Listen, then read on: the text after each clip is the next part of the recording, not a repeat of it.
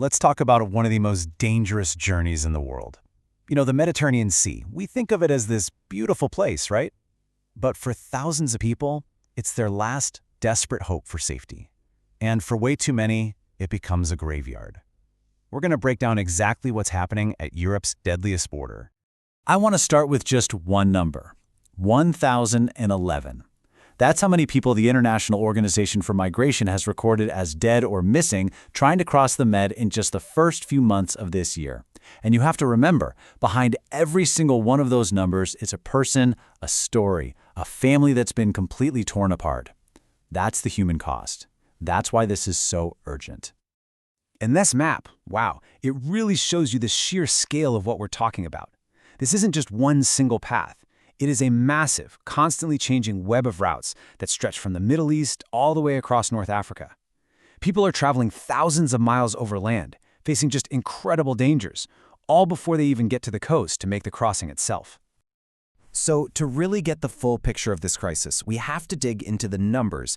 And believe me, they tell a pretty stark story about how these dangerous journeys are changing. Okay, now this is really interesting. You might think overall irregular crossings, the ones outside official channels, are down. But look closer. These specific sea routes, they're getting way busier. The central route is up 9%, and the western route is up a full 11%. So what does that tell us? It suggests that as other ways into Europe get shut down, more and more people are being funneled onto these incredibly dangerous sea passages. And I gotta stress, this is not a new problem. Not at all. This report from the IOM, the International Organization for Migration, this takes us all the way back to 2015. And even then, the numbers were just staggering. We're talking over 600,000 arrivals and more than 3,000 deaths in just 1 year. The point is, this has been a massive humanitarian crisis unfolding on Europe's doorstep for well over a decade now. All right, let's shift away from the data for a second, because for every person trying to make this crossing, the danger starts long before they ever see the water. You can really think of the journey in 3 phases, and honestly, each one is life-threatening. First, there's the before. In transit countries like Libya, people face detention, torture, just horrific abuse. Then, you've got the sea crossing itself, usually in boats that are barely even seaworthy.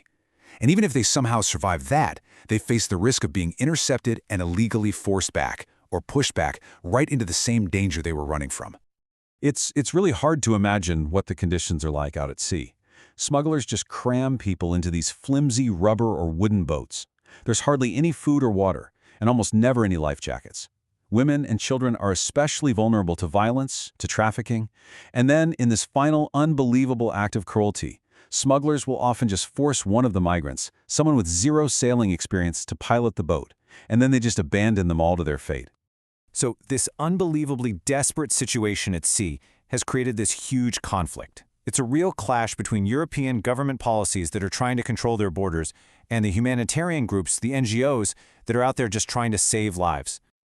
So on one side, you have governments really tightening the screws. In Italy, for example, they used a new law to ground a civilian rescue plane, the Seabird 1, saying it wasn't following the rules. Meanwhile, Greece has proposed using electronic ankle tags on people who are waiting to be deported.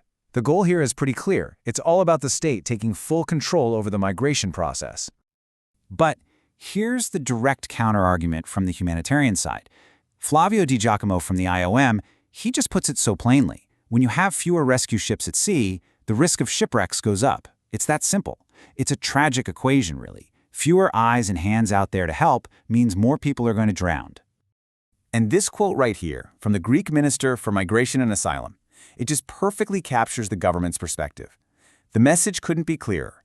Immigration policy is a matter for the government to decide, not for NGOs. This is the absolute core of the debate: national policy versus humanitarian action. So, with this intense clash of interests, you have to wonder, what do the actual rules say? Because there is a very deep, well-established body of international law that's supposed to govern situations exactly like this one. Okay, so at the very heart of this is a really important legal principle. It's called non-refoulement. Now, it sounds complicated, but the idea is actually super simple. You cannot send someone back to a place where their life or freedom would be in danger. Period. It's an absolute rule against returning someone to harm. And it doesn't stop there. The laws of the sea are crystal clear. Every single shipmaster, doesn't matter if you're on a giant cargo ship or a small sailboat, you have a legal duty to help anyone you find in distress. And once they're rescued, they have to be taken to a place of safety. On top of all that, coastal countries themselves are required to run effective search and rescue services. These aren't just suggestions, they're the law. And that brings us right to the heart of this entire crisis. It's this fundamental conflict between two very powerful ideas: the duty of a country to control its own borders, and the universal, legal obligation to protect human life and uphold human rights.